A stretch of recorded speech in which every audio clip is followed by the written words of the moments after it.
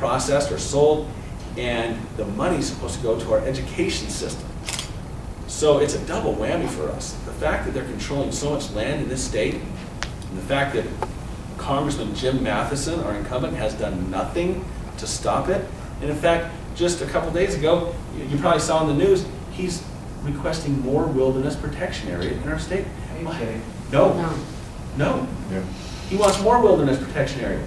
How much is enough? Yeah, how 70, much? 76%? We are almost to 70. We're about 67, 68% right now. But are we a state, or are we just a colony? Okay? Are we part of the District of Columbia that is controlled by the federal government? It's just not right what is happening to our state, and we have to stop it.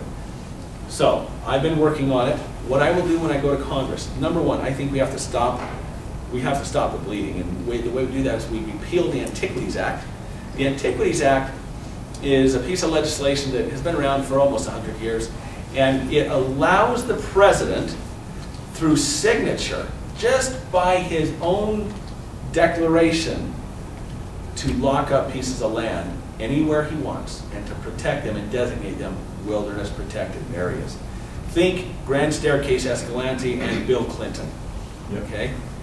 Back in the 90s, when the Grand Staircase Escalante was locked up, we had no say, we had no fight. Bill Clinton signed a paper. It was now BLM designated federally controlled land. That is wrong. That is just not right. In the process, the Grand Staircase Escalante, he locked up trillions of dollars of clean coal and natural gas. Under what act did he do that? Under what? Antiquities. The Antiquities Act. The Antiquities Act needs to be repealed because no single person, no one person, should ever have that much authority. They shouldn't. And I don't care if it's President Obama or someone that I want in office, let's say President Romney. I don't want anyone to have that much authority. It's not right. There needs to be a balance of power. That's the way it was created, that's the way it should be. I would repeal the Antiquities Act, and then I would push towards freeing up our land. I would push towards running legislation, working with others back in Washington, D.C., to return the land that is ours to the state. That's what I would work on, and I would run legislation. Rob Bishop, Congressman Bishop, has been working on that very seriously in the last couple of years, and I'd be honored to join him and work as a team effort, or whoever else is back there to do that. So I was just going to say too that it's not just Utah that they've done this to. No, that's right. It's just the Western states. And not Hawaii, when they became a state, the government sold their land and gave them money, right? Well, in fact, Hawaii had to sue them. They had to sue to get the money to get some of the land back. And guess what the Supreme Court ruled? Almost quoting the Supreme Court ruled that subsequent acts of Congress cannot nullify or significantly change a state's enactment clause. Okay? So what has happened is our enactment said the land was going to be sold off, we were going to get the money, and we'd have access and control. They haven't done that. Subsequent acts of Congress have continued to lock up our land. They can't do that. So the lawsuit just last week, Ken Ivory, he's a state representative from West Jordan, one of his pieces of legislation was signed into law that said, okay, federal government, you've had it for long enough. If you don't sell it, we're going to start taxing you. And it was just signed into law last week. Ken Ivory is someone who I've worked with very closely. He's a newer representative, but he's done a very good job, and he's actually endorsed me in this race as well because he knows my stance on this particular issue in state sovereignty. So what other questions you have? I have one. Yes, ma'am. That I'm curious about. You're wanting to base pay increases on merit, and I worked for a company that did that many, many years.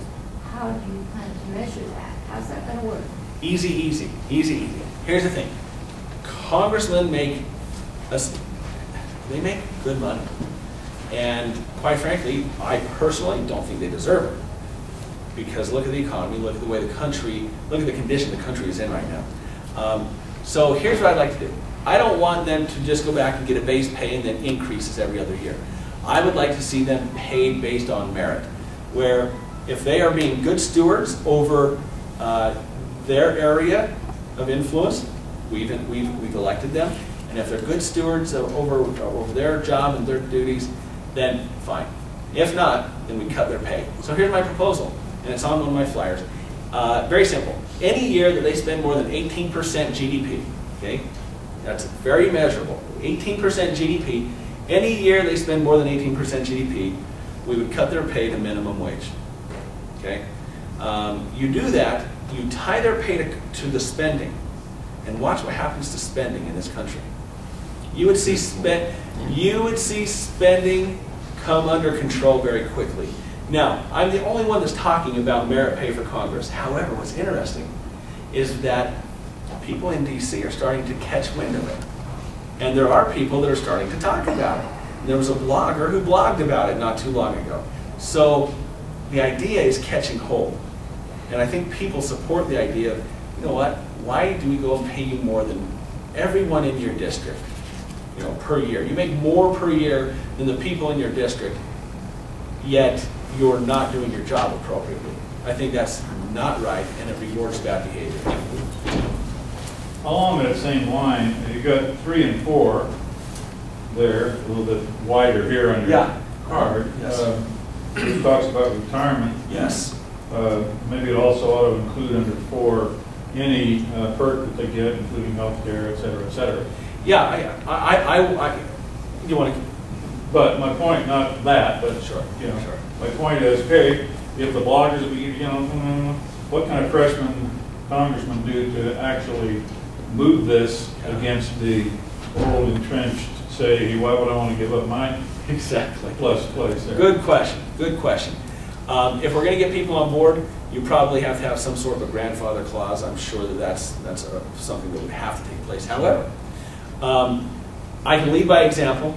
I intend on doing that. When I go back to Congress, don't quote me on this because I don't know for certain, but we need to find out. I will be one of, if not the only, congressman in Washington, D.C. who has self-opted out of the retirement. I do not think it's morally correct or right to have you as the citizens guarantee that I have taxpayer-subsidized pension. I will take the money and I will invest in a private 401k just like the rest of you. And let me tell you why that is. I don't mean to drag this on, but I want to tell you why I'm going to do that. Because years ago when I started as a police officer, working as a cop, I was 21 years old. I can't believe, I see cops that are 21 these days, and I think, man, did I look that young? Yes. Look like a teenager with a gun. But I remember sitting there and there was this grizzled old cop, must have been a cop for 90 years, and he's driving and he's my trainer. And he's this foul-mouthed guy, but he said, Wimmer, says, in this business, the only thing you have is your integrity. That's it. He said, once your integrity is compromised, your career is compromised forever. Well, I'll tell you what, I still believe integrity matters. And one of the reasons I'm opting out of the pension is because integrity matters. It's for myself as well as for you. Because I need to know that I'm not special. I need to know that I am not above the people I'm representing. I need to know that the decisions I make, when they affect your retirement in the 401k system, that it's affecting mine as well. That's important to me. But how do I get other people to jump on board? Well, let me tell you, I'm already working on it. I've been working with other candidates around the country who are considered the front runners in the case. Right now, I'm leading in this election. It's not a foregone conclusion by any means. No, I certainly don't do that, but we're ahead right now. And so I've been working with other candidates who have the same vision that I do. Matt Salmon from Arizona, he's a wonderful person running for Congress. George Fott from Oklahoma is another person who is a wonderful person. He's leading the race there. These are people who have the same vision that I do. And so when I get elected, it's not going to just be Carl Wimmer jumping up and down saying, hey, we need to reform pensions and we need ethics reform back here. It's going to be a group of us that are going in and trying to change. It's going to be a wave of new legislators trying to bring that gap between congressmen and citizen So it's a coalition. and bring us closer, absolutely. You know, there's this gaping chasm between Congress and you as citizen. And a lot of it is because they don't live the same way we do. I mean, I've been a middle-class, blue-collar guy my entire life. That's who I am. It's what I chose. People in Congress don't have the same fears that we have, okay? No one in Congress fears their retirement. They know it's guaranteed by you, the taxpayer. Nobody in Congress fears that they'll go without health care insurance or good health care. No one in Congress fears that they won't be able to pay for their child's college education. They don't live like we do, and that has to stop. They must understand the ramifications of the decisions that they are pushing onto us. And that's why I'm a big supporter of moving towards part-time Congress. That's something that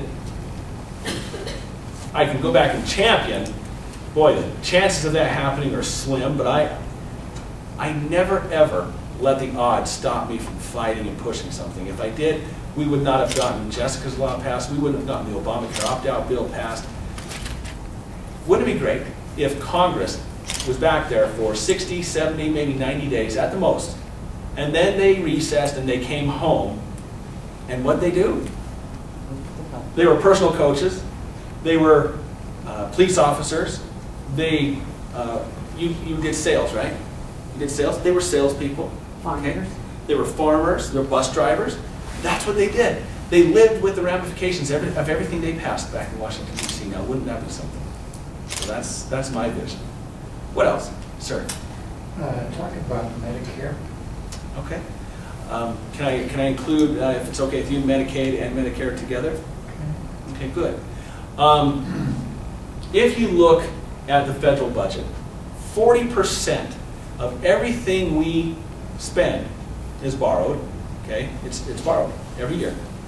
60% of our entire budget is taken up by 5 things: Social Security, Medicaid, Medicare, interest on the debt, and other safety net programs.